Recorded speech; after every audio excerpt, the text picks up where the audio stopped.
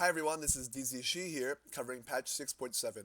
I won't cover items and masteries, since this is my first video, so let's start from the top.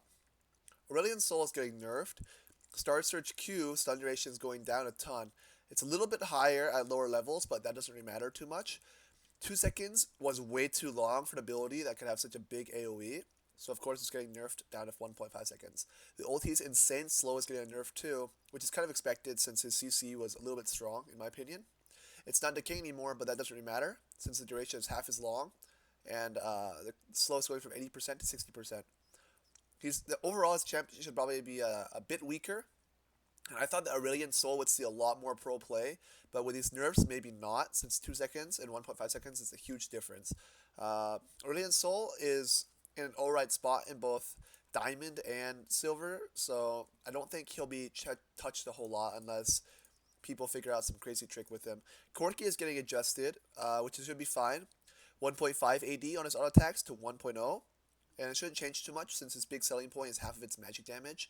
That's harder to itemize against.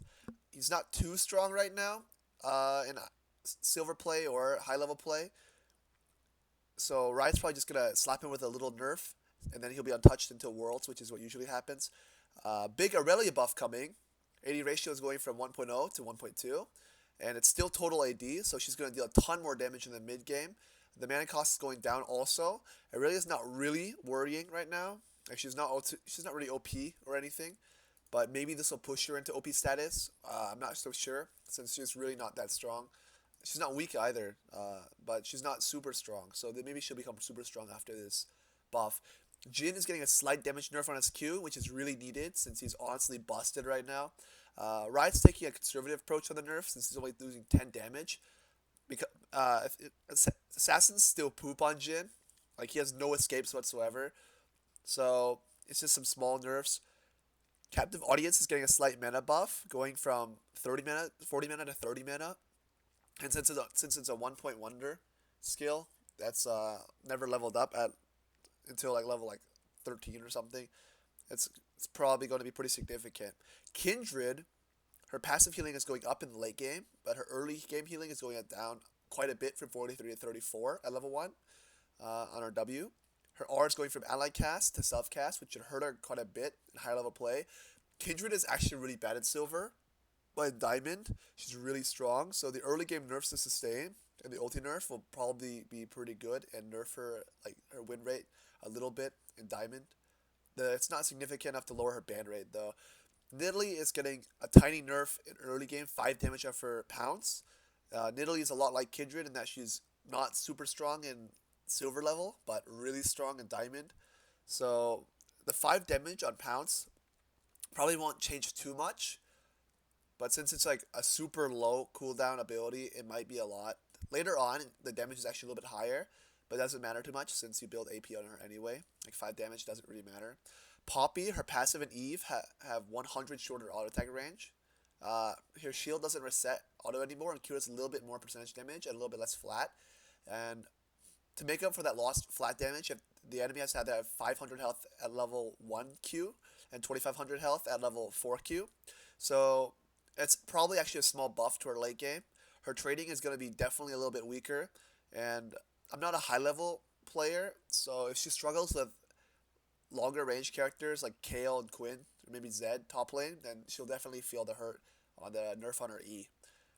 There's a big nerf coming on her Rammus. It's a little bit random, not sure why. His ulti's cooldown is way longer at level 1. It's up 40 seconds. He's not really dominating silver or diamond play, so I'm not sure why Riot's doing this. But maybe they're just touching him up since they're afraid like something crazy is going on. Soraka's Q and W mana cost going up. Q's mana cost now scales, which should hurt her mid game a little more. Her W mana cost is up 10, and this matters a ton since she's a really spammy champ. She's busted in every elo, and this nerf should definitely hurt her since the spammy nature of her spells will really compound this mana nerf.